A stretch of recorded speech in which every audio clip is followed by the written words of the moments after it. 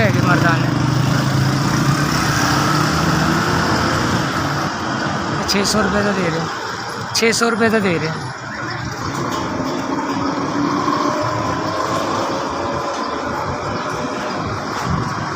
मेरा नाम मोहम्मद यकूब है, मोहम्मद यकूब। मेरा इस्लारी अड्डे नहीं, ये किराए के रह रहे हैं हम, पीछे बबलपुर के हैं, town Bihari colony satellite town. ऐसे 100 रुपया शुक्र है अल्लाह का गुजारा हो जाता है। ये है 500-600 रुपया दिहाड़ी पै जाती है। माशाल्लाह 7 है, 2 धियां ने 5 पुत्तर ने, जा देते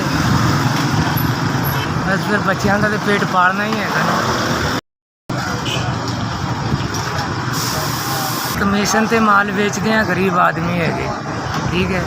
ये कमीशन ते माल चुकते हैं मालक तो, सेठ तो, दुकानदार तो, वो कपड़ा लैके तो फिर असी भी अपनी रोजी कर लेने, उन्होंने जाके शाम को पैसे दे देने, उन्होंने तो होर माल ले लेने। हालात तो फिर होने गरीब आदमी है, कोई अल्लाह देगा तो कोई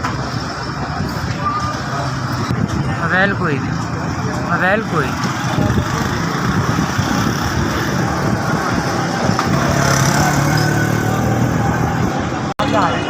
4000 है। अल्लाह का शुक्र है पुत्र, अल्लाह तुहानू बहुत दे, जिन्हों ने दिते हैं अल्लाह मियाँ उन्होंने भी बहुत देवे। नहीं मेरी मुश्किल हल हो गई हैगी, मैं बहुत गरीब बंदा सीगा, अल्लाह मियाँ उन्होंने रोज़ी देवे। जिन्होंने पैसे भेजे ने अल्लाह उन्होंने भला करे, मैं गरीब आदमी ने दे दिते हैं, अल्लाह उन्होंने बहुत बहुत देवे। मेरी दुआ हैगी अल्लाह मियाँ उन्होंने हर चीज़ की मुश्किल उन्होंने दूर करे, अल्लाह मियाँ उन्होंने बहुत देवे, बहुत देवे।